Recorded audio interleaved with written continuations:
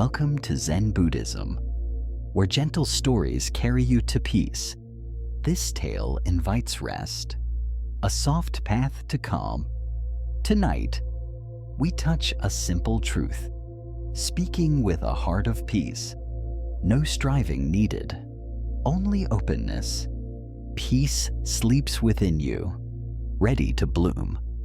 Close your eyes, breathe deeply. Let this story carry you, like a breeze, into a journey of serene rest. Chapter 1: The Mind as a Garden of Peace. Misconceptions about rest and the mind. We live in a world that glorifies busyness, chasing endless tasks, believing rest is a luxury we cannot afford. This mindset traps us in cycles of worry, exhaustion, keeping us awake at night, our thoughts racing like leaves in a storm. We seek quick fixes, distractions, screens, or pills, hoping they will silence the mind, grant us sleep. Yet, these external solutions often deepen our unrest, pulling us further from the stillness within. Zen Buddhism teaches that true rest arises not from forcing the mind to stop, but from observing it with gentleness, understanding its impermanent nature. The belief that peace lies outside us creates tension, disconnection, leaving us feeling unmoored. By turning inward, we rediscover the mind's natural ability to settle, like water finding its level. This realization is the first step toward true calm, inviting us to release the struggle, embrace the present moment.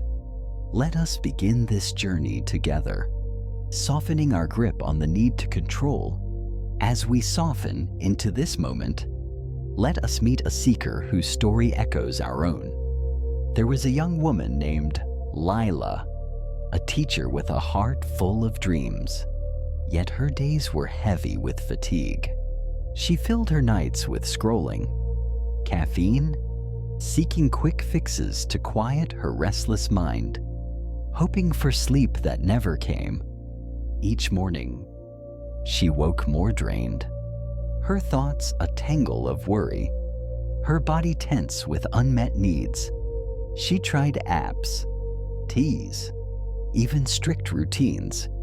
But the harder she chased rest, the more elusive it became. Frustration grew. A quiet voice within her whispered she was failing. One evening, exhausted, she sat by a window, watching the moon, its steady glow untouched by the chaos of her mind. In that moment, she felt a shift, a fleeting sense of ease, as if the moon invited her to simply be. Lila's story reminds us how our pursuit of external solutions can deepen our unrest. Yet within us lies a quiet wisdom, waiting to be heard. Let us carry this insight forward, exploring the Zen path to inner peace. In Zen Buddhism, the mind is like a garden, ever-changing, its thoughts like clouds passing through a vast sky. Clinging to thoughts, or fighting them, creates suffering, keeps us awake in turmoil. The principle of impermanence teaches us that no thought is permanent, no worry eternal. By practicing non-attachment, we let thoughts arise and fade without grasping, trusting the mind's natural rhythm. Compassion plays a vital role here, inviting us to meet our restless mind with kindness, not judgment. When we listen to our thoughts with patience, like a friend sitting with us in silence, we create space for calm to emerge. This gentle awareness aligns us with the present, where sleep becomes not a goal to chase, but a natural unfolding. Zen reminds us to trust this process, to rest in the moment as it is, finding peace in the simplicity of being. With this understanding, Let us practice resting in the present moment. Find a comfortable position. Close your eyes. Let your body soften. Begin by noticing your breath, its gentle rise and fall, like waves on a quiet shore. Feel the air move through you, cool and soft, anchoring you here. Now, bring awareness to your thoughts. Observe them without judgment, as if watching clouds drift across a sky. If restlessness arises or doubt whispers, simply notice it. Let it pass. Gently scan your body, starting at your feet, feeling any tension, inviting it to release with each exhale. Move upward through your legs, your chest, your shoulders, softening, letting go. If impatience stirs, smile at it. Return to your breath. This practice is not about forcing sleep, but trusting your mind's natural stillness. Rest here, in this moment, knowing you are enough as you are. Allow this calm to carry you into sleep. In Zen Buddhism, the three poisons, ignorance, craving, attachment, sow the seeds of suffering within us. Ignorance blinds us to the body's quiet signals, pushing us to ignore discomfort or chase instant relief through quick fixes. Craving fuels our desire for immediate comfort, rejecting the present moment, creating tension that tightens our muscles, clouds our mind. Attachment to outcomes, like perfect health or instant sleep, traps us in cycles of frustration, pulling us further from balance. These poisons disrupt the body's natural harmony, manifesting as stress, pain, sleeplessness. Zen teaches that awareness is the antidote, shining a gentle light on these patterns, dissolving their hold. By observing our cravings without judgment, we begin to soften, allowing the body to realign with its innate rhythm. This mindful presence invites us to rest in the now, where healing unfolds naturally. Let us pause, breathe, notice the whispers of our body, trusting its wisdom to guide us back to peace. This awareness is the key to unlocking true rest. Let us now meet a soul who found peace through this gentle awareness.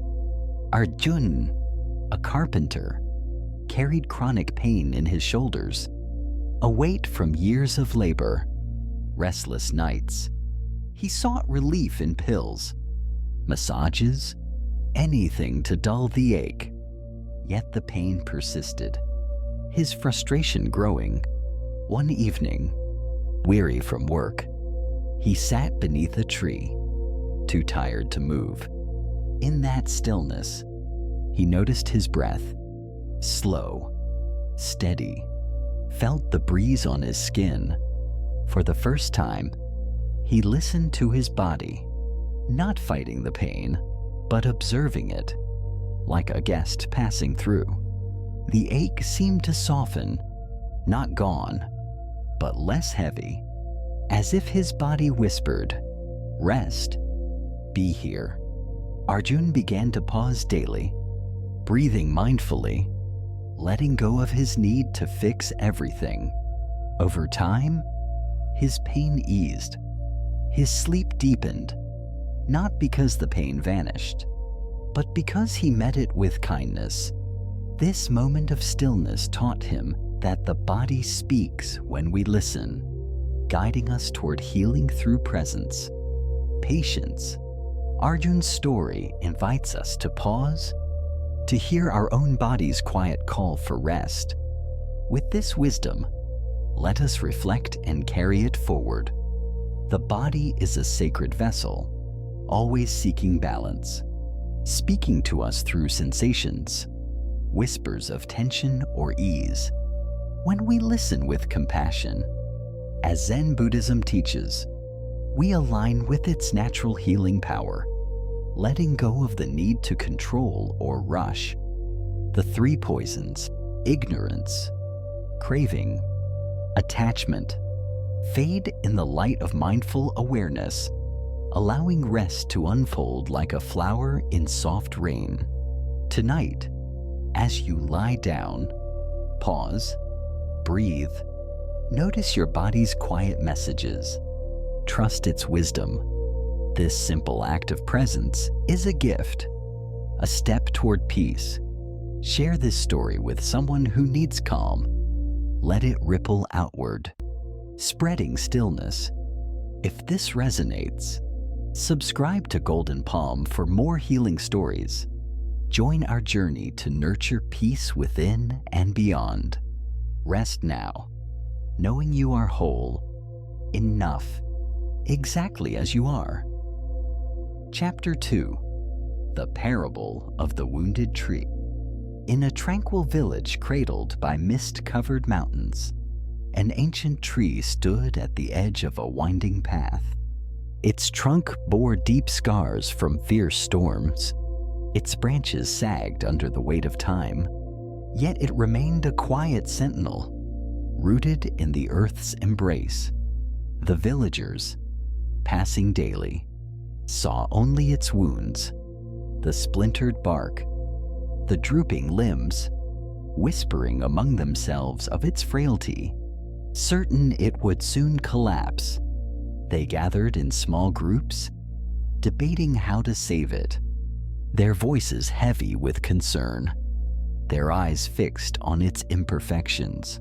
Some brought thick ropes, tying them tightly to its branches, believing this would hold it upright.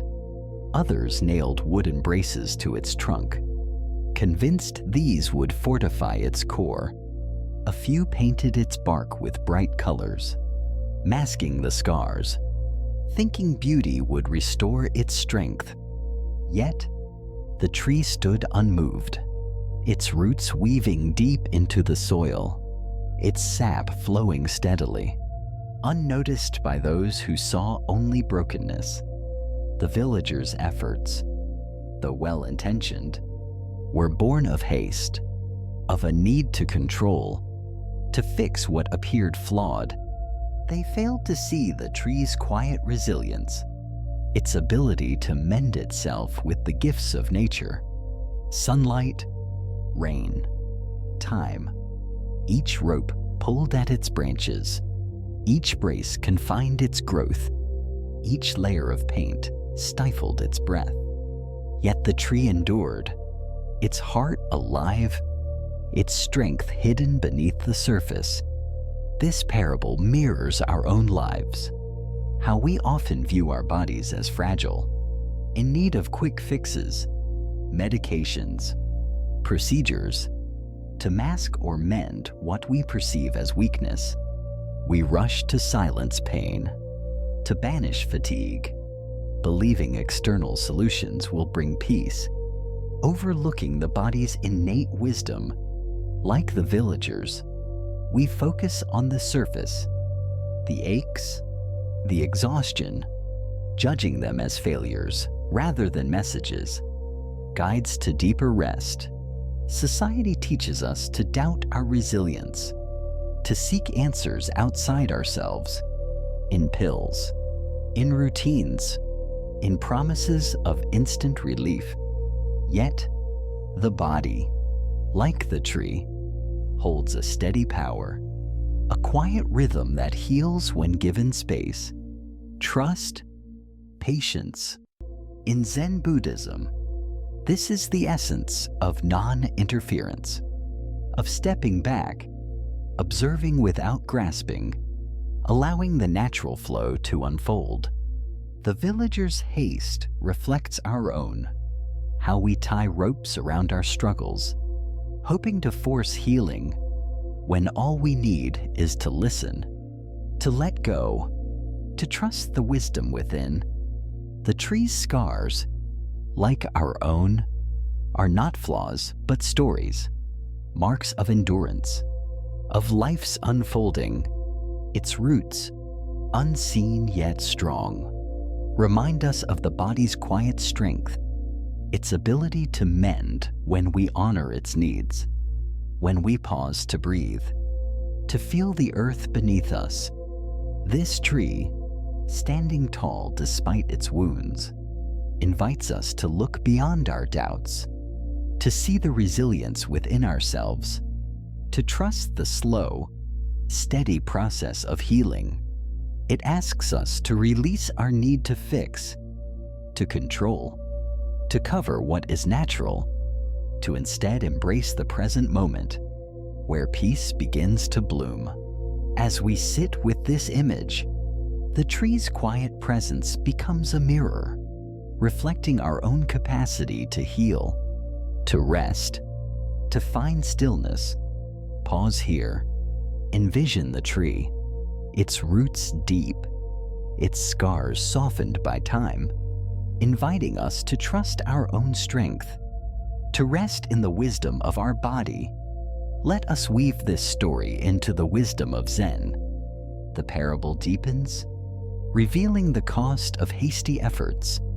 The villagers, eager to save their tree, returned with stronger ropes, heavier braces, brighter paint to cover its scars.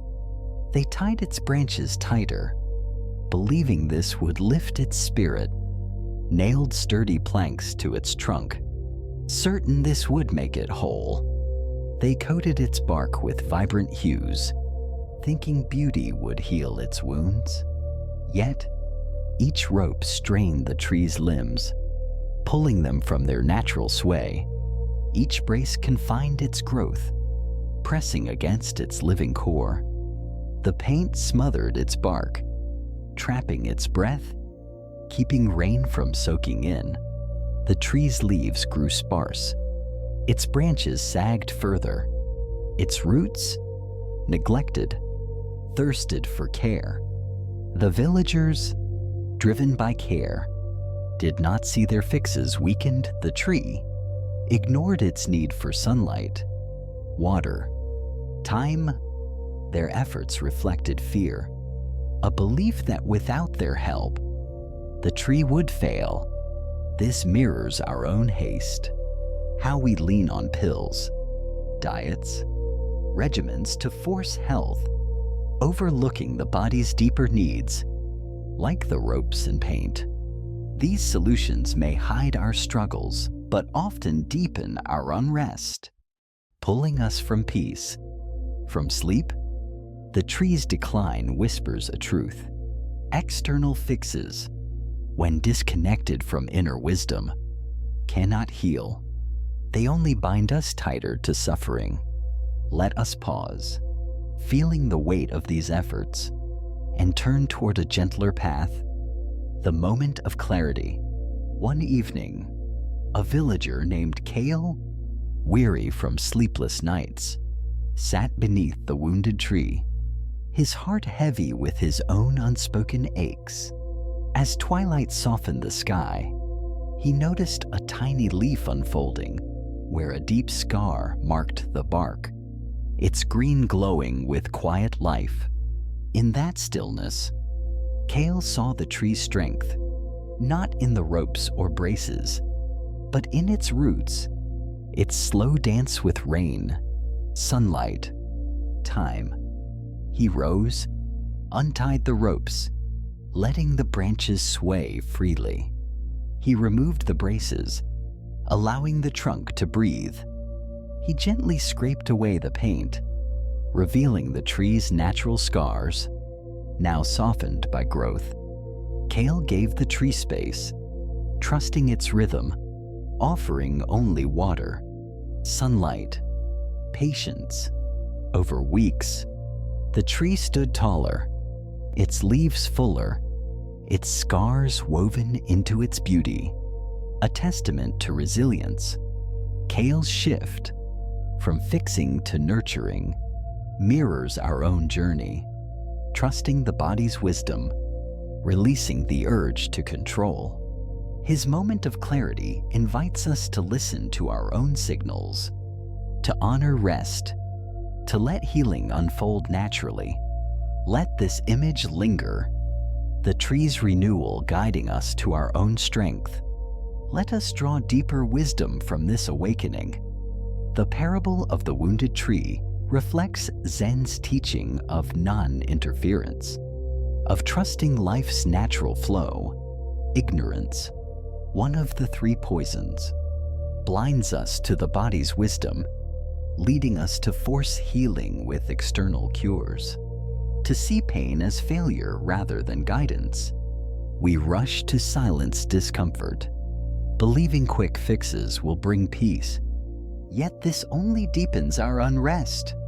Zen calls us to practice patience, to observe the body's signals, fatigue, tension, with mindfulness, with kindness. Like the tree, the body heals when given space. Rest, kare, not when bound by hasty solutions. Patience becomes our guide, teaching us to trust the body's rhythm, to let go of the need to rush or resist. This mindful presence dissolves ignorance, aligns us with our inner strength, softens us into stillness. By embracing non-interference, we release the cycle of craving, find peace in the present, allow sleep to unfold naturally. The tree's quiet mending reminds us that healing is not a race, but a gentle unfolding, a return to our natural state of balance. Let us carry this lesson into practice, nurturing our inner calm. Now, let us embody this wisdom through gentle action. Find a quiet space, lie down, let your body soften into the earth. Breathe deeply, feel your breath flow like a river over smooth stones. Notice your body's signals: thirst, tension, fatigue, without judgment, as you would watch a tree's leaves dance in the breeze. If doubts arise, breathe. Let them pass like clouds. Each day, pause to meditate or journal on your body's needs. Perhaps water, rest, a gentle stretch.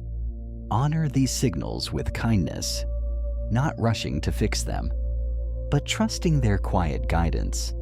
If impatience stirs, smile softly. Return to your breath, knowing healing unfolds slowly, like a tree in spring. This practice is a gentle offering, a way to align with your body's rhythm, to rest in its wisdom. Picture the tree, its roots deep, its scars softening. As you nurture your own strength, let this awareness cradle you, guiding you into sleep's embrace. Let us close with a reflection to carry into the night.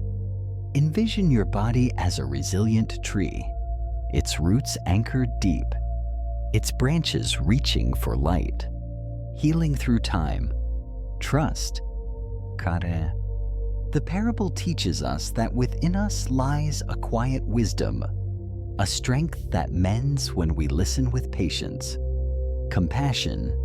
Tonight, as you rest, picture this tree, its scars fading, its leaves vibrant, mirroring your own capacity to heal.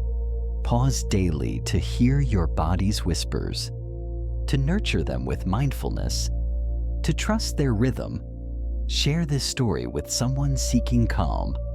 Let its wisdom ripple like leaves on the wind. Inspired by this journey, subscribe to Zen Buddhism for more healing wisdom. Join us in cultivating peace within. Reflect on your own strength, your body's quiet power, as you soften into the present. This moment, this breath, is enough. A gentle step toward stillness, toward rest. Rest now, held by the strength of your inner tree, whole, resilient, at peace. Chapter 3. Releasing tension through presence. In a bustling city lived Maya, a middle-class office worker. Her days a blur of deadlines, emails, endless tasks. At home, family demands piled high, children's needs, bills, unspoken worries, each adding weight to her shoulders. Her mind raced with to-do lists, fears of falling short, her body responding with tight knots in her back, throbbing headaches that kept her awake. Maya barely noticed how her mental strain wove itself into her muscles. Her breath shallow, her sleep broken, she pushed through, believing stress was just life. That pain was something to endure, not question.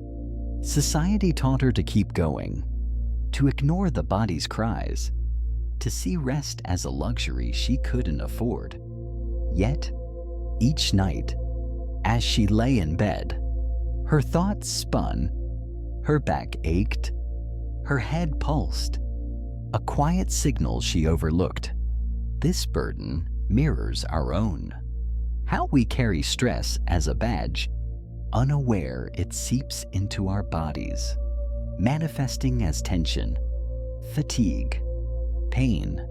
Like Maya, we rush through life, blind to the connection between mind and body, believing we must fight stress with more effort, more doing. Zen whispers a different truth, that the body speaks when we listen, that mental tension can soften with presence, that healing begins when we pause. Maya's story invites us to see our own burdens, to notice how our worries take root in our flesh, to question if we, too, can find a gentler way. Pause here, feel the weight Maya carries. Let it guide us to our own stillness. Let us explore the Zen wisdom behind this burden. Zen Buddhism teaches that stress, born of attachment to worries, is a barrier to the body's natural healing. One of the three poisons, greed, hatred, ignorance, at play. Greed for control, for perfect outcomes, keeps us clinging to thoughts, replaying fears, planning endlessly. This attachment tightens our mind, our muscles, disrupts the body's balance, turning mental strain into physical pain, headaches, stiff shoulders, restless nights. Ignorance blinds us to this connection, makes us believe stress is separate from the body, that we must push through rather than pause.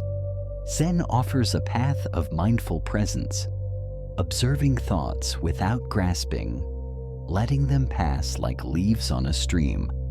This presence dissolves the grip of stress, softens the tension in our body, allows healing to unfold. By releasing our attachment to worries, we create space for the body to breathe, to find its rhythm, to rest. This practice of non-clinging aligns us with the present, where peace lives, where the body's wisdom can mend what stress has strained. Let us return to Maya, to see how she sought escape. Her story continues, revealing the cost of avoidance. Maya, exhausted by her burdens, sought escape from her stress, her pain. After work, she sank into hours of binge watching, screens glowing late into the night. Hoping to drown her worries, she turned to comfort food, eating beyond hunger, believing it would soothe her racing mind. Yet, each distraction left her heavier, her headaches sharper, her back tighter, her sleep more elusive. The shows numbed her thoughts briefly, but the stress returned, stronger, her body aching under its weight. The food brought fleeting comfort, but her fatigue deepened, her energy drained, her nights restless. Maya's attempts to escape mirrored our own. How we turned to distractions, social media, overeating, quick fixes to avoid the weight of stress. Like her, we find these efforts backfire, amplifying our discomfort, tightening the knots in our body, mind. Her story shows that running from stress only binds us closer to it, that ignoring the body's signals deepens our pain, pulls us further from peace. Let us pause, feeling Maya's struggle, and turn toward a moment of release. One evening, drained and restless, Maya stepped outside for a walk, the city quiet under a soft dusk. She paused by a park, her feet still, her eyes resting on the gentle sway of trees. For the first time, she noticed her breath, shallow, tight, and began to breathe deeply, feeling the air fill her chest, release her shoulders. As she exhaled, she let a worry slip away, then another, her mind softening, her back easing, her headache fading like mist. In that moment of presence, she felt lighter, as if the weight she carried was not hers to hold forever. Maya realized that by pausing, by breathing, she could release the tension binding her body, her mind.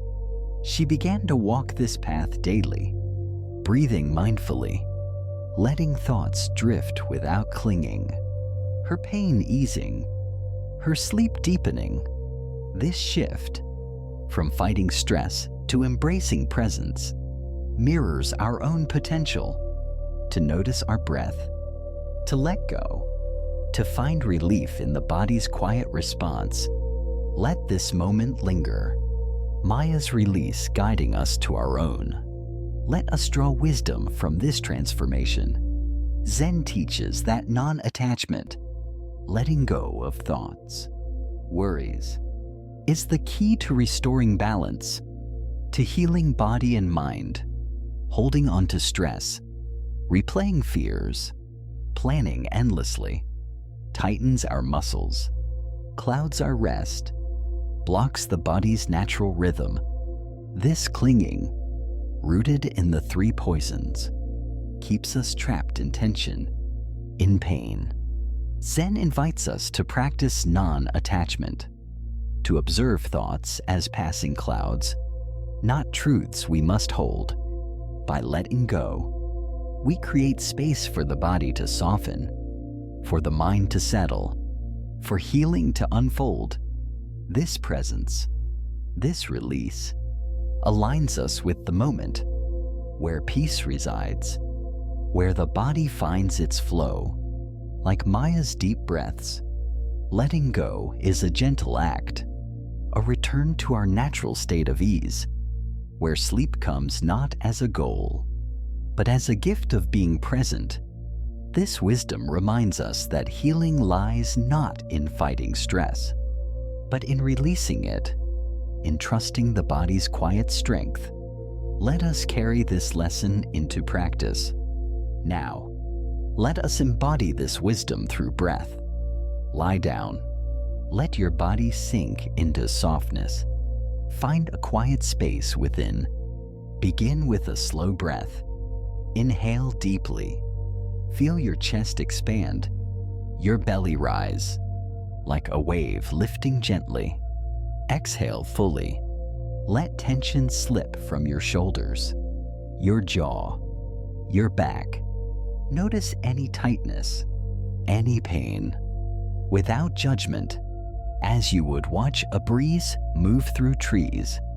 If thoughts wander or impatience stirs, smile softly. Return to your breath. Slow, steady. Breathe in.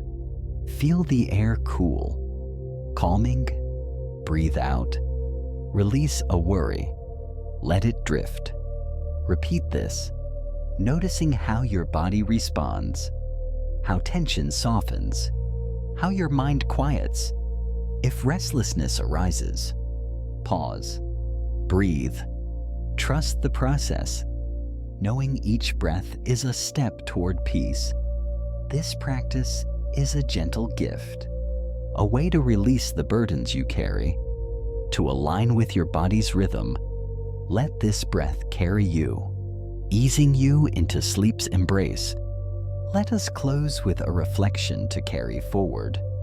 Presence is a quiet key, unlocking the body's natural healing, releasing tension through breath, through letting go. Like Maya, we can soften our burdens, trust our body's wisdom, find peace in the moment. Tonight, as you rest, picture your breath as a gentle stream, washing away stress, easing your body, mind. Pause each day to breathe mindfully, to notice your body's signals, to release what you need not carry. Share this practice with someone seeking calm. Let its ripples spread peace. Feeling lighter? Subscribe to Zen Buddhism for more peace. Join us in nurturing stillness within. Reflect on your own breath, its quiet power to heal, to bring you back to yourself. This moment, this breath, is enough. A gentle path to rest, to wholeness. Rest now, held by the softness of your breath, at peace, complete, whole. Chapter 4. Nourishing the body with compassion. In a quiet village where the hum of tools filled the air, there lived an artisan whose hands shaped wood into beauty. The days began before the sun rose and often stretched until the moon hung high. The artisan poured all energy into each carving, each detail, each mark of creation. Work was not only labor, but also devotion. Yet beneath the rhythm of chisels and sanded surfaces, a silence grew, a silence of the body longing for care. Meals were skipped, rest was postponed, and hunger was swallowed beneath the urgency of deadlines. At first, it seemed harmless. A cup of water here, a crust of bread there. But over time, the body began to whisper through fatigue and then shout through weakness.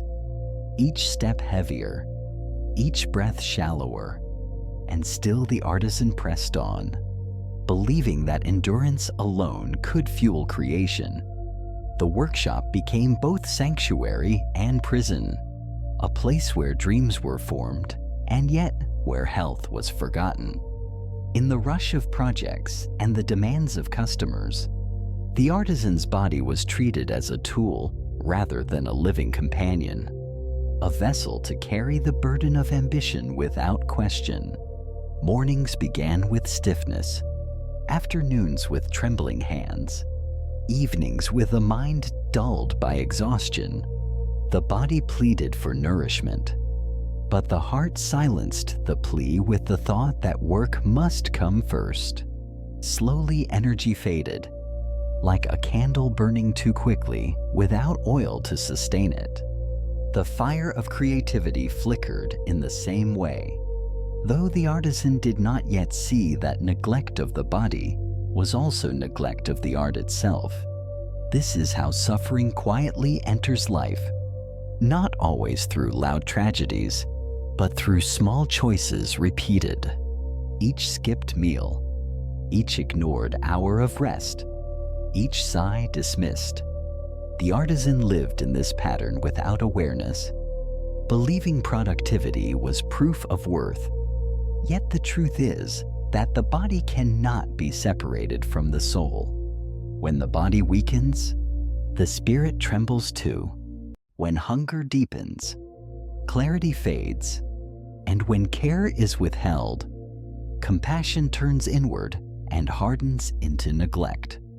In the silence of the night, when all work was set aside, the artisan felt the hollow echo of fatigue, a longing not for more wood or more work, but simply for nourishment, for gentleness, for rest.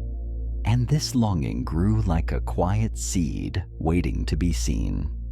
The story of the starving artisan is not a tale of failure, but a reflection of many lives today, where demands of work, family, and endless tasks consume awareness, where meals are eaten quickly or skipped, where sleep is cut short to meet obligations, and where the body's voice is hushed.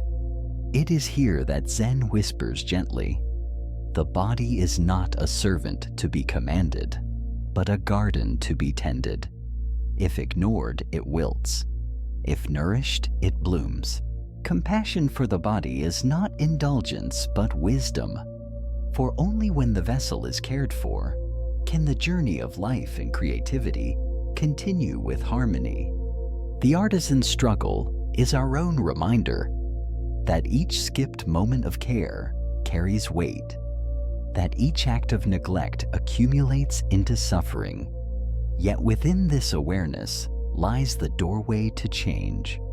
The journey of healing begins when we pause and listen, when we allow the body to be more than a tool, when we see it as a friend deserving kindness. Zen teaches that suffering is not only pain or conflict, but also the quiet erosion that comes from neglect. When the artisan ignored hunger and rest, this was a subtle form of violence toward the self. To turn away from the body's needs is to deny its truth, and denial always leads to imbalance. We often believe that achievement demands sacrifice, that to push the body harder is a mark of strength. Yet this belief is an illusion. True strength is not found in disregard, but in harmony.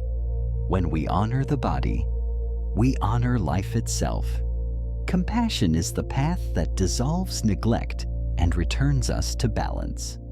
Ignorance is the root of this suffering, not ignorance in the sense of foolishness, but in the sense of forgetting that the body breathes for us, carries us, holds us, forgetting that it too has limits and needs. The artisan forgot that work was possible only because the body gave energy, and so energy was drained without replenishment. This cycle is common in our modern lives, rushing from one task to another, fueled by coffee or empty habits. We ignore the whispers until they become cries. Headaches, fatigue, illness. The body calls us back, and yet many continue to push forward without care. This is why Zen speaks of mindfulness. For mindfulness is remembrance, a return to what is present. The solution is compassion, simple and clear. To care for the body as one would care for a child or a garden, with patience, with consistency, with love.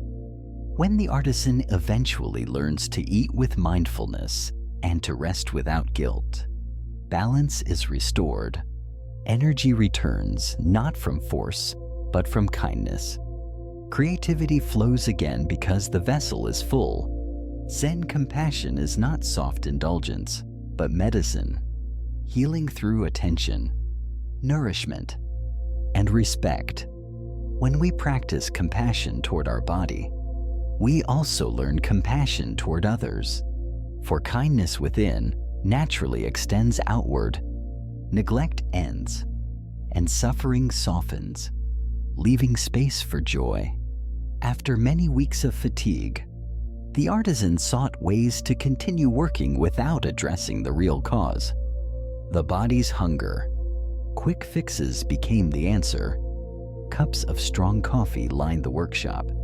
Sugary snacks replaced meals. Trendy diets were attempted in haste, all promising energy without true nourishment. For a short time they seemed to work. A burst of wakefulness, a surge of focus. Yet soon after came the crash, the trembling, the emptiness. Like building a house on sand, each fix collapsed, and the artisan sank deeper into exhaustion, unable to see that these efforts were only masks covering the true wound of neglect. The outcome of quick fixes is always the same. The more we lean on them, the more fragile we become. The artisan's health declined further. Headaches grew sharper. Muscles weakened. The joy of creation dimmed into frustration. And still there was denial. Still the hope that another cup, another diet, another trick might sustain the flame. But Zen teaches us that shortcuts cannot lead to true freedom. Temporary solutions are illusions. They may ease for a moment, but they do not heal. The body does not crave stimulation. It craves compassion. It craves steady nourishment, gentle rhythms, rest that is honored, food that is simple and alive. And until this is given, suffering continues. Story, the moment of care. One evening when the workshop lay silent and the tools rested in their place, the artisan felt a deep weariness that no amount of coffee could hide. A heaviness not only in the body, but in the heart. In that quiet space there came a small turning. Instead of reaching for another quick fix, the artisan walked into the kitchen. The shelves were simple. A few grains, a handful of vegetables, nothing grand. Yet there was a pull to create something nourishing. With steady hands, the artisan began to prepare a meal, chopping slowly, boiling water with patience, breathing with the rhythm of each movement. For the first time in many days, there was no rush, no demand, only presence. As the meal came together, the aroma filled the room, warm and grounding. When the artisan sat down and took the first bite, it was as if the body sighed in relief. The food was plain yet alive. Each chew brought not only taste, but clarity.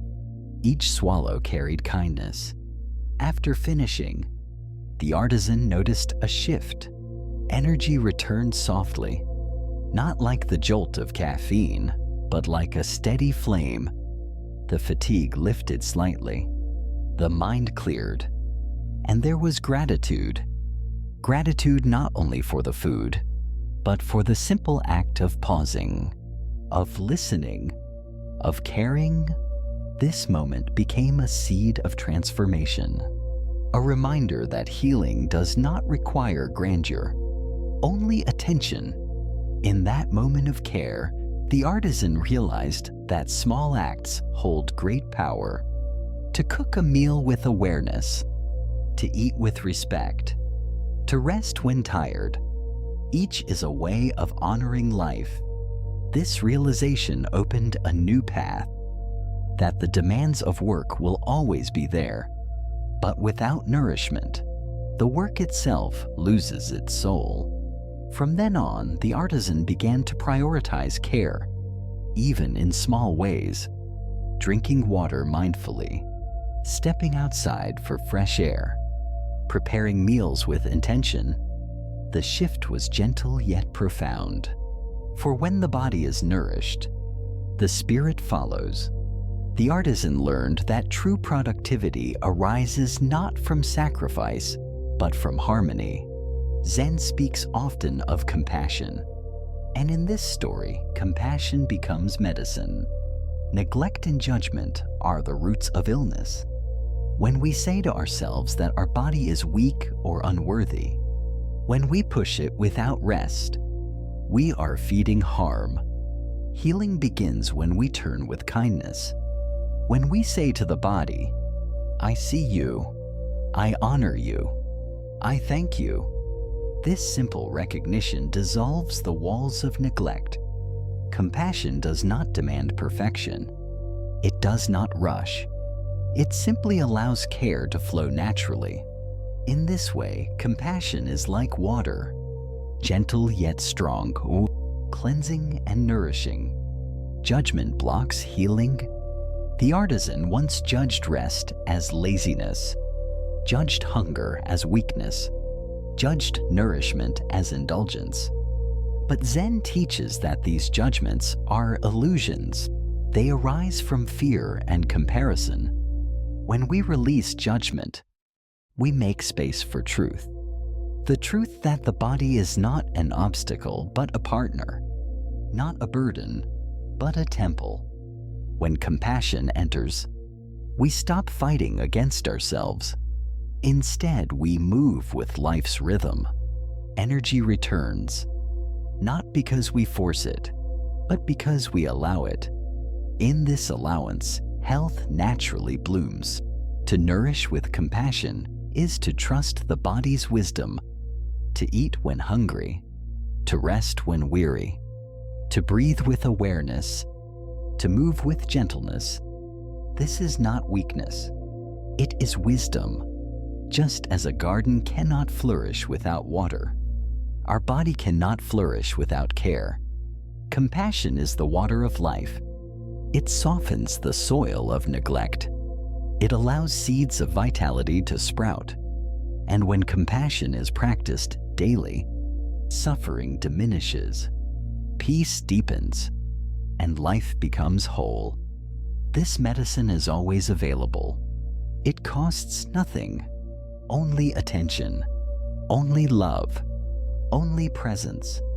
To practice mindful nourishment is to return eating to its sacred place. Begin with something simple, perhaps a bowl of rice or a piece of fruit.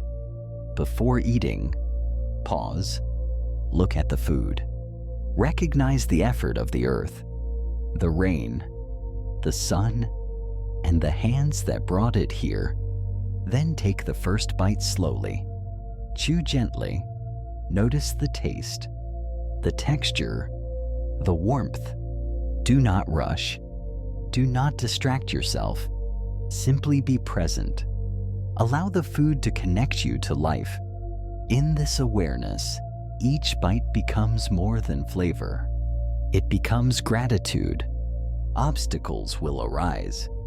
The mind will wander. The urge to scroll on a screen or to eat quickly will appear. Yet each time you notice this, return to the breath, return to the bite, return to the moment.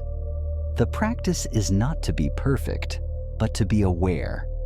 If distraction comes, smile softly and come back. Over time, this practice transforms the way we relate to food. Instead of eating in haste, we eat in peace. Instead of feeding only the body, we feed the heart.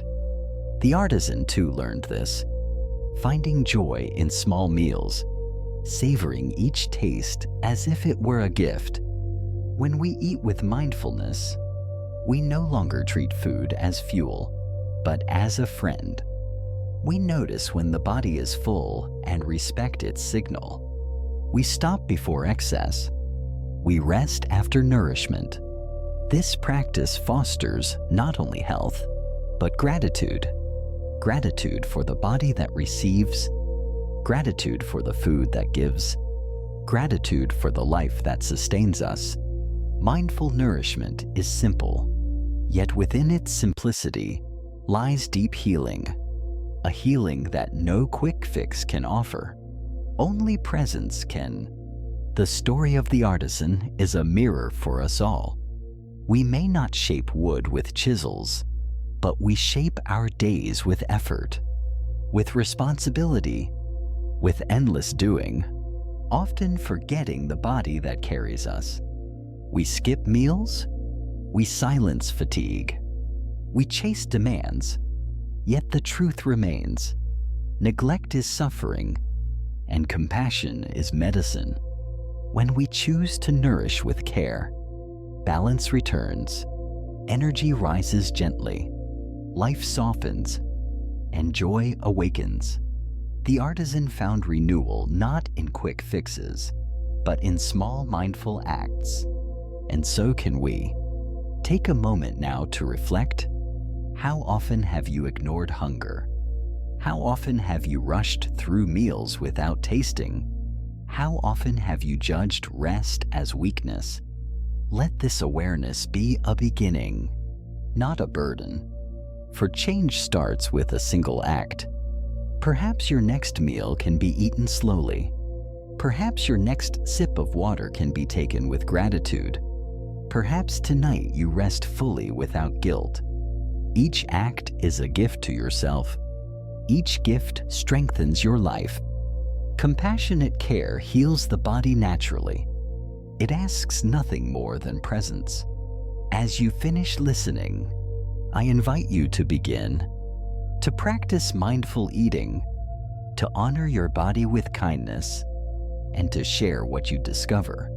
Your journey may inspire others. Your story may bring healing. Together we create a circle of care. If you feel inspired to nurture yourself and to walk further with Zen, subscribe to Zen Buddhism. Here you will find gentle reminders, stories, and practices to support your path. May your body be nourished. May your spirit be light. May your life be whole. Chapter 5: Embracing Rest as Healing. In a city where lights never dimmed and clocks seemed to spin faster each day, there lived a worker whose life was measured in tasks and deadlines. Mornings began before the sun appeared. Nights stretched late into the glow of screens. The rhythm was one of constant motion. The body called for pause, yet the worker dismissed the voice, believing that stopping meant weakness. In this world, productivity was praised, speed was honored, and rest was quietly shamed. So the worker chose to keep moving, chasing the illusion that worth could be proven through endless effort. At first, the worker felt strong, fueled by ambition and driven by the culture around them. Colleagues admired long hours. Managers rewarded sacrifice. The worker felt a sense of pride in being tireless. Yet beneath that pride lived a quiet exhaustion. Meals were rushed. Nights of sleep were cut short. Weekends disappeared into catch-up work. And slowly the body began to protest. Muscles ached. Eyes blurred. Thoughts became scattered. But each sign of fatigue was ignored. For in the mind of the worker, rest was indulgence. To stop was to fall behind, and falling behind was to lose worth. This way of living became a cycle. The more exhausted the worker became, the more effort was poured into tasks, believing that hard work alone could push through. But the harder the push, the deeper the weariness. The body whispered with headaches, then with heaviness, then with silence, and still the worker pressed on, telling themselves that strength meant never stopping, that to rest was to admit defeat. Yet Zen quietly teaches that defeat does not come from resting. Defeat comes from forgetting the natural balance of life, a balance that includes both motion and stillness, both effort and ease. The story of the tireless worker is not unique. It reflects the lives of many who are caught in a culture that glorifies doing, where calendars overflow and schedules leave no space for pause, where sleep is cut short and silence is feared. Yet within this rushing tide, the truth waits quietly. The truth that rest is not laziness. It is wisdom. That healing is not found in overwork, but in balance. The worker's struggle shows us how far we can drift when we deny the body's needs. But it also offers a reminder that transformation begins the moment we allow ourselves to rest. Zen speaks of wholeness as the natural state of being, not fragmented by extremes of effort or neglect. To live only in motion is to fracture the harmony of life. When the worker refused to rest, imbalance grew, fatigue deepened, and clarity dimmed. This is the suffering born from attachment to productivity. Society tells us that endless activity is the mark of value. But Zen reminds us that true value is not in how much we do, but in how wholly we live. Wholeness comes not only from action, but from rest. For rest restores the rhythm of life. Attachment to productivity fuels burnout. We cling to the belief that our worth depends on output, and so we push past signals of tiredness, treating rest as optional.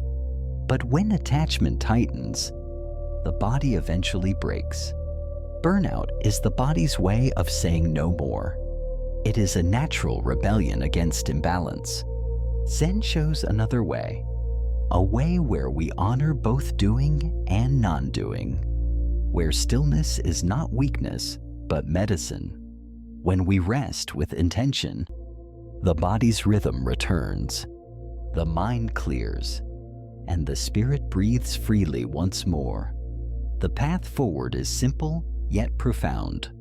It is to welcome rest as part of life's circle, just as night follows day and exhale follows inhale. Rest follows effort. Without rest, the cycle is incomplete. Without rest, healing cannot take root. When we allow ourselves to stop without guilt, we discover strength not in force but in balance. Rest is not escape. It is return. Return to wholeness. Return to self. Return to the natural harmony that Zen gently reveals. One afternoon, when the weight of exhaustion became too much to bear, the worker found a quiet corner, a chair near a window where sunlight softened the room. For the first time in many weeks, the worker allowed the body to sink back, eyes closed, and breath slowed. Minutes passed like gentle waves, and soon sleep arrived. Not forced, but welcomed. A simple nap. When the worker awoke, the world seemed different. Lighter, clearer. Energy had returned softly. The fog had lifted, and a realization dawned. Rest was not weakness. It was gift. A healing gift waiting to be accepted. From that day, the worker began to see pauses not as losses, but as treasures. A short rest between tasks, a quiet moment with tea, a full night of sleep without guilt. Each became a source of strength. Productivity did not diminish. In fact, it grew. For clarity and focus returned with each pause. The worker understood now that rest was not stealing time from work. It was giving life to it. This shift was profound. The heart softened, the body healed, and life regained balance, all from the simple gift of allowing pause. Zen often teaches the power of non-doing, not as idleness, but as deep wisdom. When we stop grasping and striving, space opens for healing to arise naturally. Resistance to rest is resistance to this wisdom, for it stems from the fear of stillness, from attachment to action. Yet when we embrace non-doing, we discover that the body knows how to heal, the heart knows how to soften, the mind knows how to clear. All it asks is space. All it asks is rest. In this way, rest itself becomes practice. Lying down with awareness, breathing slowly, feeling the body release, allowing thoughts to pass without chasing. This is Zen in its gentlest form. It is not about effort. It is about trust. Trust that healing happens when we step aside, when we stop forcing, when we allow life to flow. The worker who once feared rest now found peace in it, realizing that non-doing was not the absence of living. It was the essence of living, a return to harmony. To practice restful meditation, find a quiet place where you can lie down, Allow the body to rest on the ground or on a bed. Close your eyes and feel the weight of the body supported fully. Begin with the breath, inhaling gently, exhaling softly. With each breath, imagine tension melting away. Bring attention to the feet. Let them soften. To the legs, let them relax. To the hips and belly, let them release. To the chest and shoulders, let them open. To the face and jaw, let them loosen. Move slowly through each part until the whole body feels at ease. As you rest, thoughts may come, memories may appear, the urge to rise may surface. Simply notice them and let them drift. Return again to the breath. Return to the body. The practice is not to achieve, but to allow. Allow the body to rest without guilt. Allow the mind to rest without demand. Allow the heart to rest without striving. In this space, healing arises naturally. Energy restores itself, clarity grows, and peace deepens. This meditation is not only preparation for sleep, but also a way of living, a reminder that rest itself is sacred. The journey of the tireless worker reflects a truth for many of us. We live in a culture that glorifies doing and quietly shames resting, yet the body cannot be denied. It needs pause. It needs stillness. It needs care. The worker's awakening shows us that rest is not weakness, but wisdom, not loss, but gain. For in resting, we return to balance. In pausing, we restore life. In sleeping, we heal. Zen invites us to embrace this truth, to see rest as an essential part of the path to wholeness. Take a moment to reflect. How often have you rushed through days without pause? How often have you cut short sleep for tasks that could wait? How often have you judged yourself for resting? Let this awareness be gentle, not heavy. Let it be an invitation. Tonight, perhaps you rest fully. Tomorrow, perhaps you pause in the middle of the day. Each act of rest is an act of compassion. Each pause, a return to harmony. With practice, rest becomes natural again, like breathing, like the rising and setting of the sun. Rest is essential for natural healing. It is the gift that renews body and mind. I invite you to embrace it now, to prioritize it, to honor it, and to share your experience with others. For in sharing, we inspire. In resting, we heal. In healing, we live fully. If you feel ready to rest deeply and to walk further with Zen, subscribe to Zen Buddhism. Here you will find gentle guidance, stories, and practices to support your journey. May you rest well. May you heal naturally.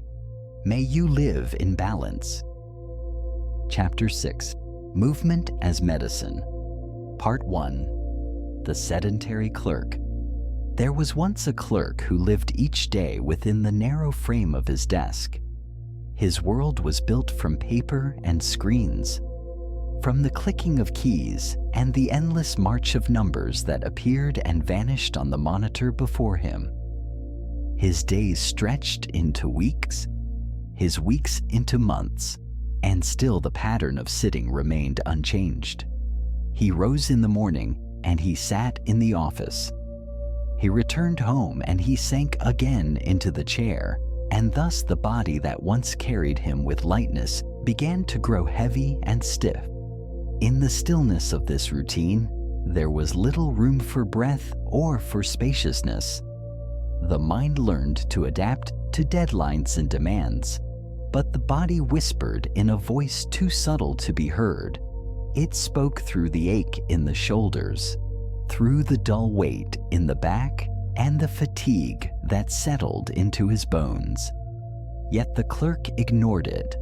for he believed the body was only a servant to the mind, a machine that must endure while he chased tasks and measured progress through numbers alone. There were moments when he noticed how his energy felt drained by midday, when his limbs no longer carried the sense of aliveness they once had in his youth. Yet he dismissed the signals, believing that rest on weekends or distractions at night could repair what was lost. He thought of the body as something to be endured rather than listened to, and so the cycle of sitting continued like a wheel turning without pause. Each morning he sat at the desk, the air around him filled with stillness. Yet this was not the stillness of peace. It was the stagnation of a river that no longer flowed. His breath shallow, his chest tight, his legs numb as if forgotten. He believed that movement was a luxury meant for others who had time for play or leisure, while his path required him to remain bound to the chair, to fulfill duties that seemed endless. The challenge was not only in the physical stillness, but in the blindness to his own needs. He had never been taught to see movement as a form of nourishment. He knew of food and sleep, but not of the way the body longed to stretch, to sway, to bend, and to breathe freely. He mistook silence for health and immobility for discipline. Yet his energy drained more quickly each day, leaving him weary and disconnected. At times he wondered why his thoughts grew foggy, why the spark of clarity dimmed before the afternoon had even begun. He turned to coffee to awaken his mind, but the heaviness in his limbs persisted. He leaned on sugar to feel quick bursts of energy, but they left him more exhausted soon after, though he did not realize it. The root of his suffering lay not in the lack of stimulation for the mind, but in the absence of movement for the body. In quiet hours after work, he would sometimes sense a longing within, a memory of what it felt like to run as a child, to feel the wind on the skin or the stretch of arms toward the sky. Yet he silenced the memory with television, with scrolling through the endless stream of images on a glowing screen. He sought escape rather than attention, and so the body sank deeper into its silence. The clerk did not know that within every being, there is a river of energy that must flow to remain vibrant. When the river stops, the water grows murky when the limbs do not move.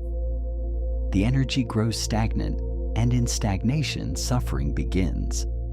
But this was knowledge hidden from him, for he lived only in the narrow space of duties and obligations, never pausing to notice the silent cries that echoed through his body. And so the story of the sedentary clerk begins with stillness, not the stillness of meditation, but the stillness of neglect.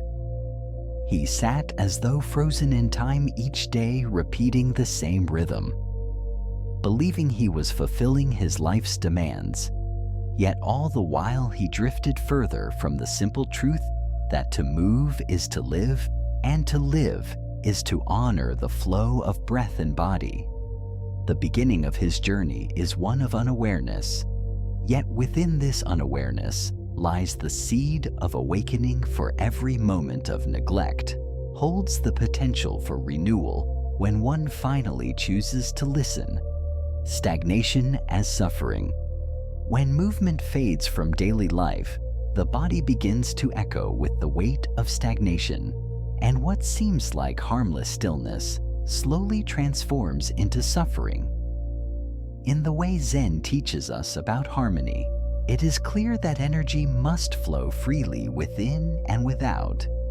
Just as a stream nourishes the valley, when it runs clear, the body too is nourished when its movements allow breath and vitality to circulate. But when it is held in place, unmoving for hours or days, the gentle river within grows blocked, and what once was vitality becomes fatigue. In the silence of stillness, the body does not truly rest. Rather, it waits and grows restless. It tightens muscles and slows circulation. The heart labors and the breath forgets its depth. This is not the peace of meditation, but the burden of inactivity. Zen reminds us that ignorance is not only of the mind, but also of the body. For when we ignore the call to move, we place a barrier in the way of our own natural harmony, and thus we drift into imbalance. The cause of this suffering lies in a misunderstanding. We think that stillness is always beneficial and that movement is optional. Yet the truth is that life itself is movement. The lungs rise and fall. The heart beats in rhythm. The rivers run, the trees sway, even the mountains change across time when we resist this law of movement. We resist life itself, and in doing so, we create unnecessary pain. Inactivity blocks the body's natural vitality, just as rocks and debris block a flowing stream, and when the water no longer moves, it begins to smell stale and lifeless. So too does our body begin to ache and stiffen, and the mind becomes clouded energy that was meant to circulate freely, is trapped like breath held too long. When the body's flow is interrupted, the spirit is weighed down, and we feel far from the balance that Zen teaches us to seek. Yet the solution lies not in extremes, not in forcing the body with sudden intensity, but in gentle awareness. Mindful movement restores balance, not through struggle, but through harmony. When we stretch with awareness or walk with the rhythm of our breath, we release the blocks that keep our energy bound. We allow the current of vitality to move again. This is why in Zen, the body is not separate from the mind nor from the spirit. To heal one is to heal all three. When we see movement as medicine, we understand that suffering born from stagnation is not inevitable. It is a choice born of ignorance, and it can be transformed through practice. It begins with listening to the body's quiet signals. It continues with simple acts of awareness, a turn of the head, a roll of the shoulders, a breath that fills the belly. In these small moments, we learn that healing is not found in escape, but in returning to the flow already present within us. In this way, stagnation teaches us through its discomfort. It reminds us that to neglect the body is to step out of harmony, and to honor the body is to walk again with life. We cannot force water to stay still without consequence, and we cannot force our body into immobility without pain. The Zen path invites us back to movement, invites us to remember that healing comes not from adding more distractions, but from aligning with what is natural and true. Story: the failed distractions. The clerk did not yet know the wisdom of movement, so he sought relief in other ways. Each evening after work, he turned on the television, allowing the glow of the screen to numb his fatigue. He scrolled endlessly through his phone, letting images and words pass by without depth. He thought perhaps entertainment could quiet the unease in his body and the fog in his mind. Yet when the laughter faded and the screen grew dark, he found the stiffness remained, his back still heavy, his shoulders still tight, his energy still drained. He convinced himself that these distractions were forms of rest, that to sit and be entertained was to give himself comfort. Yet the body did not agree. For hours passed, and no true renewal came. Instead, the fatigue deepened and his breath grew more shallow. His body called for movement, but he answered with stillness and noise. The passive habits seemed easier than listening to the truth that he was ignoring. And so the cycle continued. In the beginning, the distractions seemed to soothe for a short while. The mind forgot its burdens in stories on the screen or in the endless feed of updates. Yet once the distraction ended, the discomfort spoke louder. The clerk could not understand why he felt even more exhausted after trying so hard to relax. He did not see that by avoiding movement, he was feeding the very stagnation that created his suffering. The outcome was clear. Though hidden from his conscious mind, the body became less responsive, more bound. The mind lost clarity and motivation. The clerk began to wake in the mornings already weary. He dragged himself through the day, waiting only for the evening when he could sink again into the familiar embrace of distraction. He did not see that what he called rest was in truth avoidance, and that avoidance only deepened his pain. This pattern of seeking comfort through passive habits became another form of bondage, just as the desk bound him during the day. The screen bound him at night. He was trapped not by his duties alone, but by his own resistance to movement. He avoided the medicine that could heal him because it required a shift in awareness, and instead chose the easy path of numbing. Yet even as he sank deeper into this cycle, a small part of him still longed for relief, still waited for the moment he would discover another way. Part 2. Awakening and Transformation. The Joy of Flow. One afternoon, the clerk rose from his chair during a short break, his back aching more than usual. His head clouded with fatigue, he felt an impulse almost accidental to stretch his arms upward. He lifted them gently, and with the movement came a breath deeper than any he had taken all day. The stretch loosened something within him. The tightness gave way to a subtle flow of warmth. He bent slightly to one side, and then the other, feeling how his ribs expanded and how the breath reached places it had not touched in hours. For the first time, he realized that movement itself could bring energy. Not the forced energy of coffee, not the fleeting spark of sugar, but a natural vitality that awakened from within.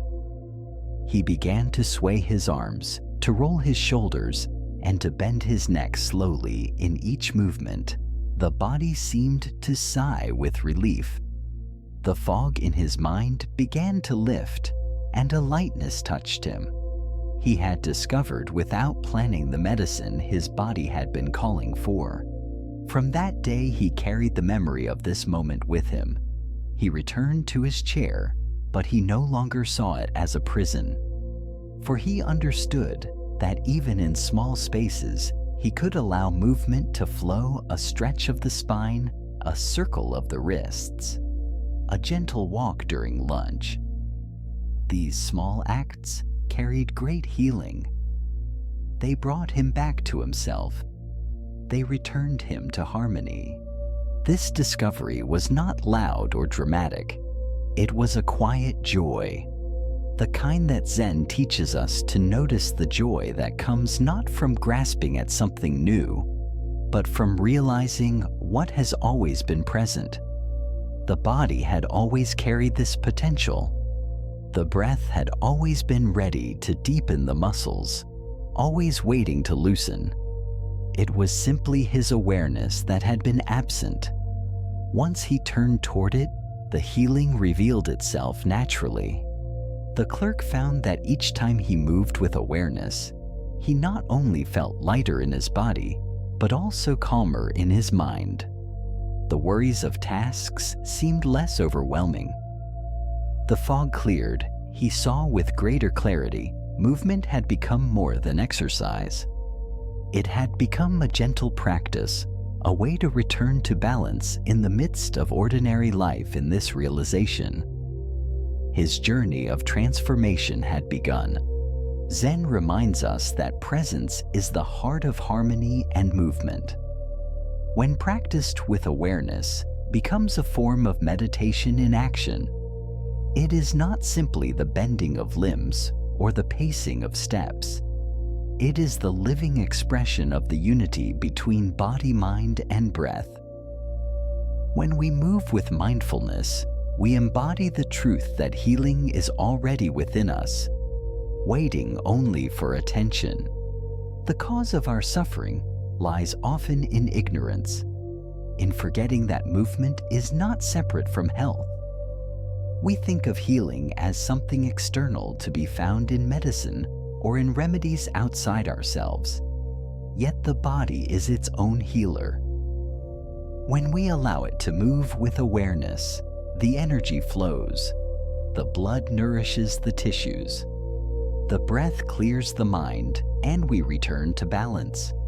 Mindful movement is not about performance or perfection. It is not about reaching a pose or measuring distance. It is about being present in each gesture, feeling the stretch of the muscles, the grounding of the feet, the rhythm of the breath in Zen.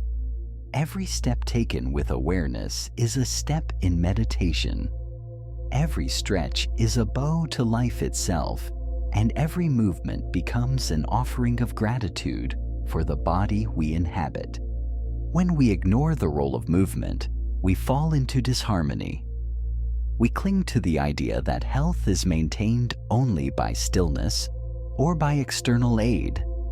But when we recognize the body as a partner in practice, we begin to see that healing is not distant.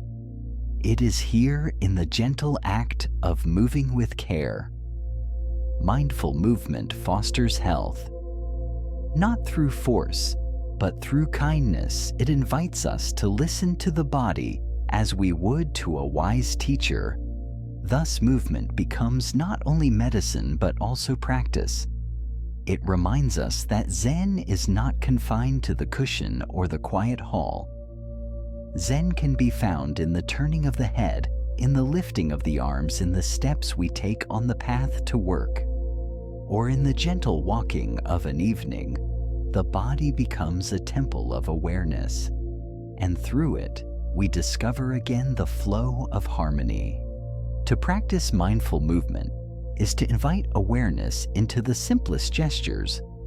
One may begin by standing with feet grounded on the earth, noticing the contact with the floor, breathing deeply and slowly, then lifting the arms gently overhead, as if greeting the sky with each breath.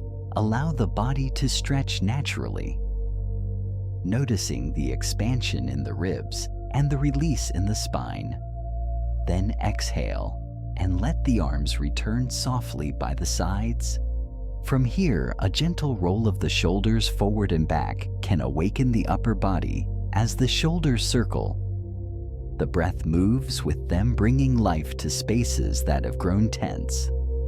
Then let the head bow forward slowly and turn gently from side to side, noticing the stretch in the neck and the relief that follows in each motion.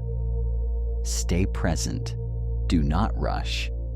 Let the body guide the pace. Another practice is walking with mindfulness, each step placed with care, the heel meeting the ground, the sole pressing down the toes, releasing each step accompanied by a breath, feeling the rhythm of the body moving as one with the earth. This is not a walk to arrive somewhere. It is a walk to arrive here, to be fully present in each step. There may be obstacles. Distractions may pull the mind away.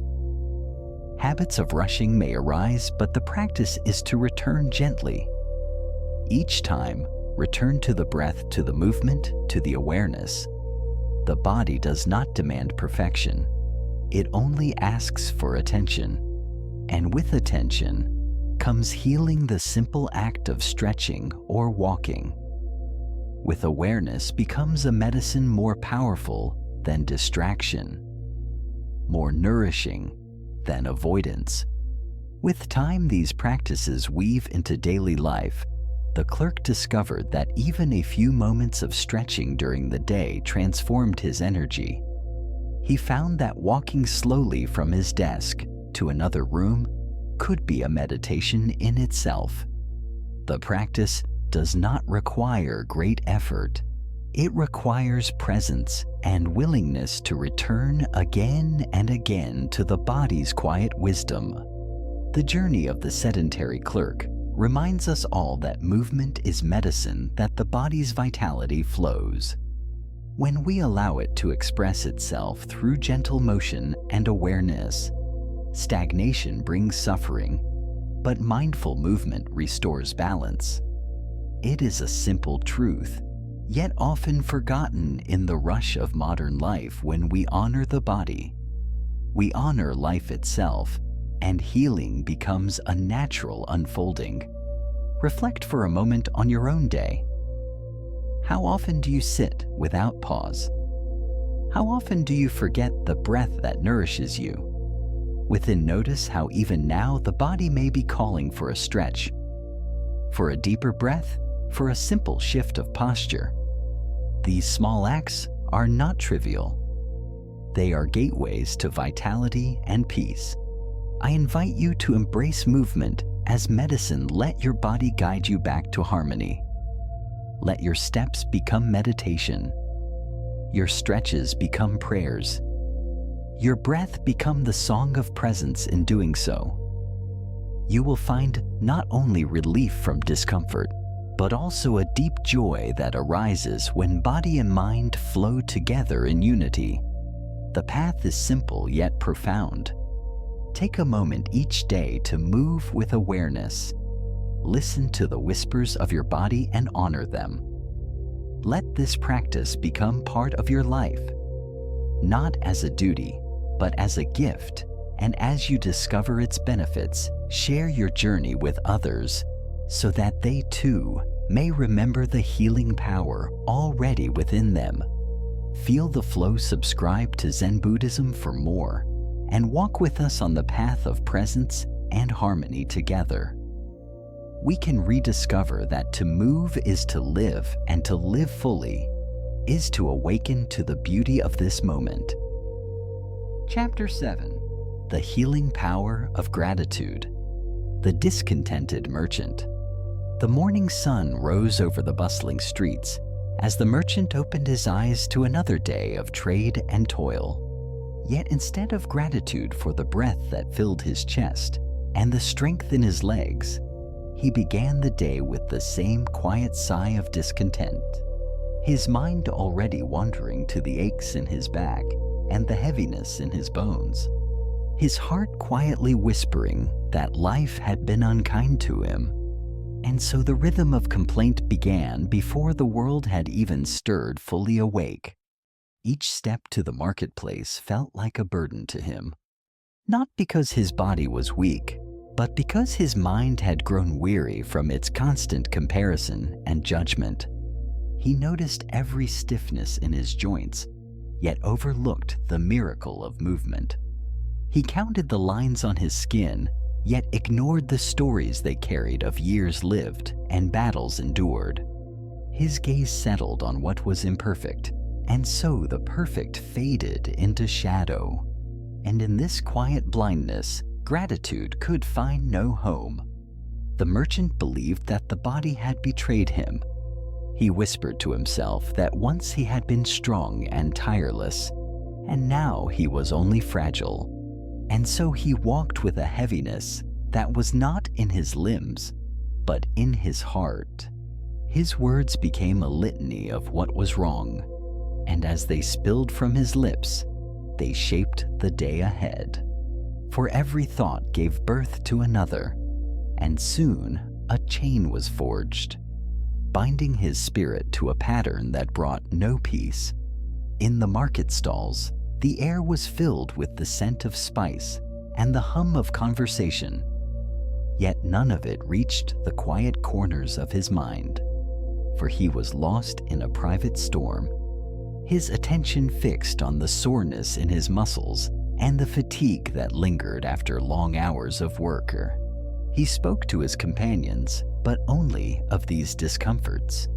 And as he spoke, he saw their eyes dim with weariness. For complaint like smoke fills every space until it chokes the joy from those who breathe it. The truth was that his body still carried him faithfully each day. His hands still measured the grains of rice and tied the ropes that held his goods. His eyes still counted coins and recognized the faces of friends. His breath still came steady and sure, like a quiet tide. Yet all these blessings were hidden from his view, because he sought only the cracks in the vessel, not the water that gave life within it. And so he mistook a gift for a burden, and the weight grew heavier in his heart.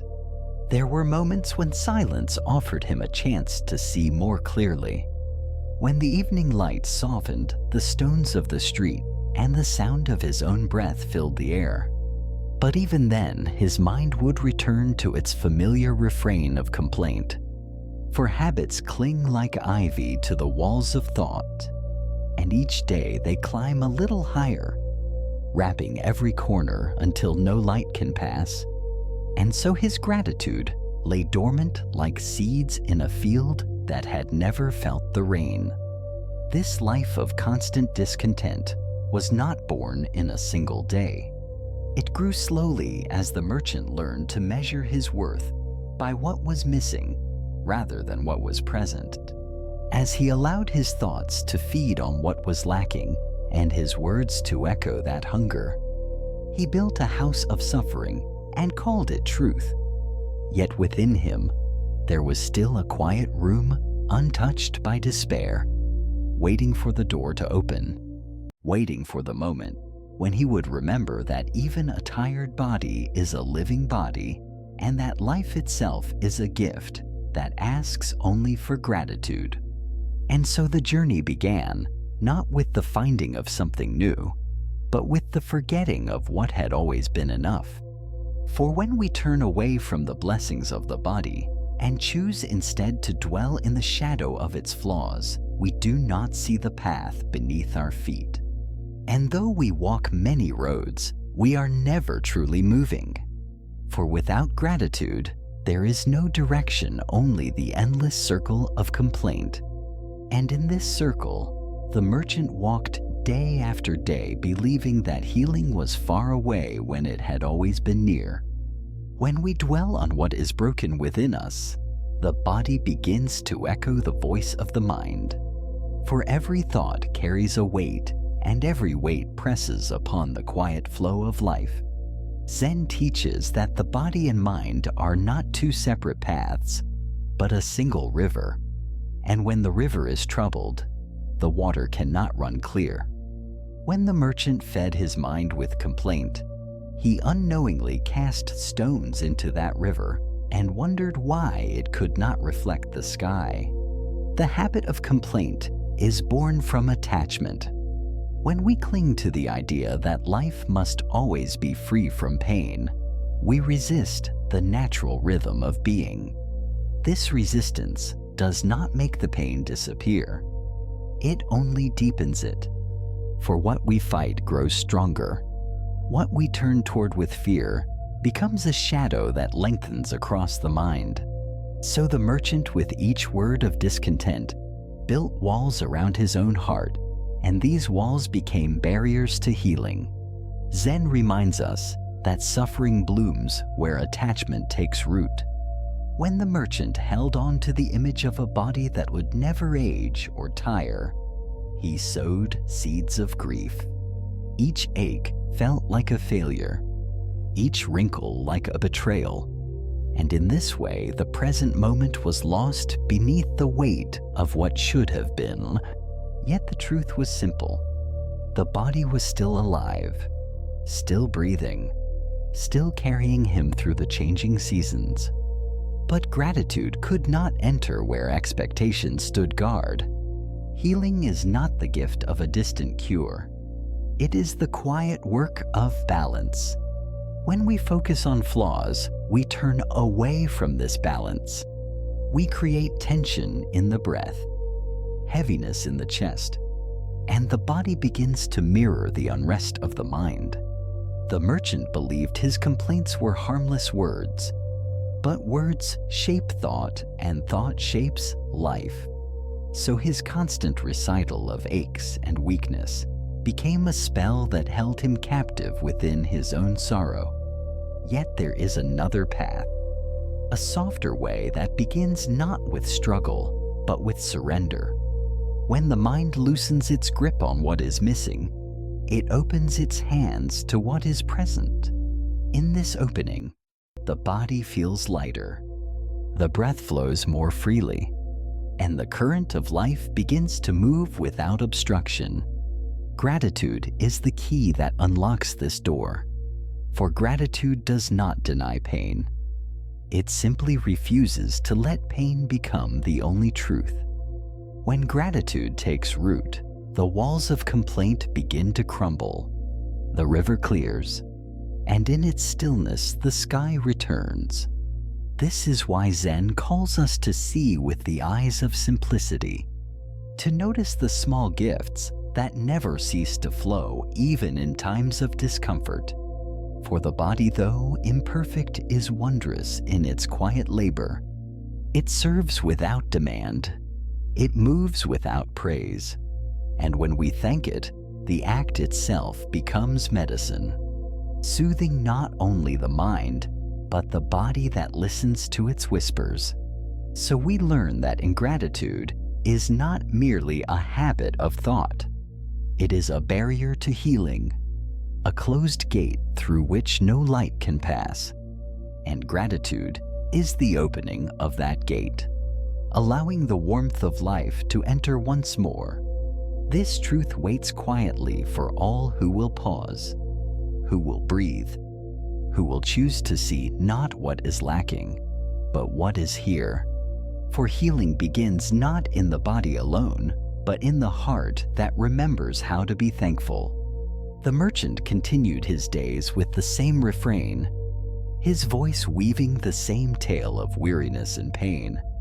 Each morning began with the thought of what hurt, and each night closed with a sigh of what was wrong. His words were like threads, and he wove them into a fabric so tight that no breath of ease could pass through. In this fabric, he wrapped himself until the world outside seemed distant and cold. The more he spoke of his aches, the more they seemed to grow. For attention is a quiet fire, and whatever we feed, it begins to burn brighter. When he told others of his fatigue, the feeling deepened.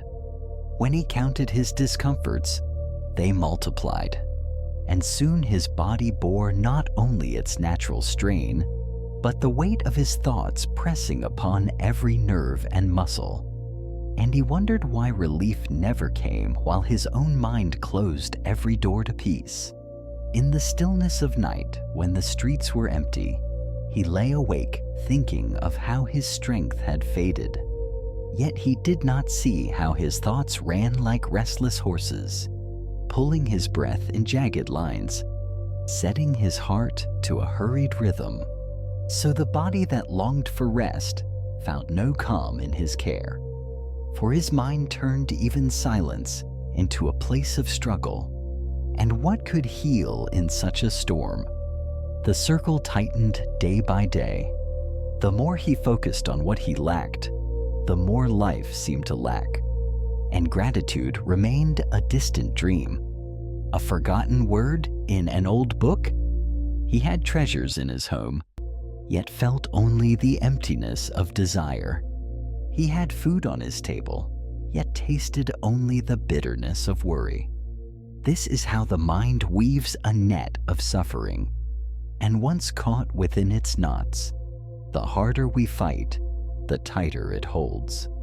He spoke often to those around him, but his speech carried no light. It was heavy with the dust of discontent, and soon his friends grew weary of his presence. They began to drift away like leaves in the wind, and he felt this too as another wound. not seeing that it was his own breath that blew the leaves from the tree. For complaint is not only a burden to the self, it is a shadow that dims the light for all who come near. Thus the merchant moved through his days like a traveler lost in a circle, always walking, yet never arriving, seeking relief in remedies and cures, yet never touching the root of his suffering. For the root lay not in the body, but in the mind that refused to bow, that refused to see the quiet beauty of what remained whole and good, until the day a small shift would come like the turning of a tide, and the circle would open into a path. One morning, as the merchant walked along the quiet street, he felt the familiar ache in his legs and the weight in his shoulders. Yet something within him paused. He saw the golden light resting on the rooftops and heard the soft hum of birds stirring in the dawn. For a moment, his complaints grew silent, and in that silence, a gentle question rose in his heart. What if there was more to this body than its pain? He stopped and placed his hand upon his chest, feeling the steady rise and fall of breath.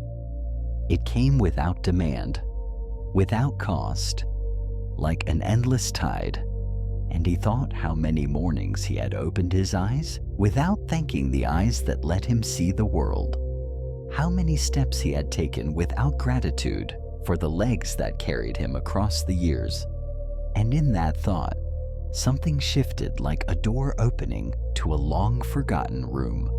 As he walked on, he began to notice what had always been there: the strength in his hands as they held the basket, the warmth of the sun upon his skin, the rhythm of his heart like a quiet drum keeping time with life.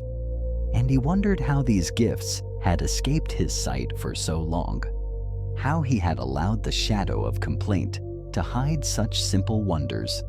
And with this wondering came a soft sense of sorrow for all the moments he had missed. Yet the sorrow did not stay. It melted like mist beneath the morning light, and in its place came a tender joy. Not a joy of triumph or gain, but a joy as gentle as the wind through the leaves. And he whispered words he had not spoken in years. Thank you. Thank you. Not to anyone in particular, but to the life that had carried him this far, to the body that had borne the weight of his days with patient strength. That evening when he sat by the window, he looked upon his own hands and saw the lines not as marks of loss, but as rivers of time flowing toward the sea. He saw the beauty of what endures and what changes, and for the first time in many seasons, he felt peace settle upon his shoulders like a soft cloth. The aches were still there, yet they no longer ruled him. For now his eyes were turned toward what was whole, not what was broken. The next day in the market, he spoke to his companions not of pain, but of the morning light and the sound of the sparrows. His words carried warmth, and those around him felt it. They smiled as they had not smiled in a long time, and he too smiled. For gratitude shared is gratitude doubled, and in that sharing, the circle of complaint began to loosen its grip, opening into a path where healing could finally walk beside him. So the merchant learned that healing does not always come as the vanishing of pain, but as the birth of appreciation. That when we choose to see the gift in what remains, we are no longer bound by what is gone. And this choice, though small, is the beginning of freedom. For gratitude is not a distant mountain to climb. It is a step taken here and now, in the quiet moment when we say thank you to the breath that keeps us alive. In Zen, the practice of gratitude is not a ritual of words, but a way of seeing. It is the art of resting in the present and opening the heart to what is already here. When the mind is lost in desire, it runs toward what it does not have and away from what it does. This running wearies the spirit and closes the gate of peace. But when the mind grows still, it begins to notice the small miracles that have never ceased to flow. Zen teaches that all suffering begins with clinging, and ingratitude is a form of clinging. It clings to the image of how life should be and turns away from how life is. The merchant once clung to the dream of a body untouched by time, and so he could not see the gift of the body he had. He mistook impermanence for failure and change for loss. Yet impermanence is not an enemy. It is the very breath of life moving through all things. And gratitude is the bow we offer to this truth. To practice gratitude is to release this clinging, to let the hands of the mind open and allow the present moment to rest within them. This does not mean ignoring pain or pretending that sorrow does not exist. It means allowing both pain and joy to sit side by side without resistance. It means choosing to see that even in discomfort, there is life, and where there is life, there is something worthy of thanks. When gratitude is rooted in mindfulness, it becomes more than a passing mood. It becomes a way of being, for mindfulness holds the lamp that lights the small wonders hidden in plain sight. The beat of the heart, the flow of air through the lungs, the strength of the legs that rise and walk each day. When we notice these things deeply, we begin to see that we are held by life in countless unseen ways. And this seeing softens the mind and heals the heart. Healing in Zen is not the conquest of illness, but the harmony of being. When we stop fighting what is and start embracing what is given, the body feels this acceptance like a gentle tide. The breath grows calmer, the muscles loosen, the heart finds its natural rhythm, and though the pain may remain, it no longer owns us. For gratitude shifts the center of our attention from lack to abundance, from burden to blessing, and this shift is the medicine we seek. So let gratitude be a daily practice, not in grand gestures, but in quiet moments. When you wake before the sun, place a hand upon your chest and feel the breath that asks for nothing, yet gives everything. When you walk, feel the earth steady beneath your feet. When you eat, taste the life that nourishes your own. And as these small thank yous gather like drops of rain, they will form a river that carries you toward peace. For gratitude is not only the key to joy, it is the path itself. Find a quiet place where the air feels still and the sound of the world fades to a gentle hum. Sit with your spine soft yet upright, as though a thread of light holds you from above. Close your eyes and let your breath flow without effort. Feel it entering cool and leaving warm. And with each breath, allow the mind to settle like snow falling on a silent field. Begin by bringing your attention to the breath itself. Feel its rhythm, its constancy, how it has carried you through every moment without asking for thanks. Whisper within yourself, "Thank you for this breath." Let the words dissolve into the silence and remain only as a feeling. Then move your awareness to the heart. Feel its quiet beating, steady and faithful, and again say thank you. Letting gratitude rise like a soft tide in the chest. Now travel gently through the body, to the hands that have held and built and cared, to the legs that have walked through sun and rain, to the eyes that have seen the turning of seasons.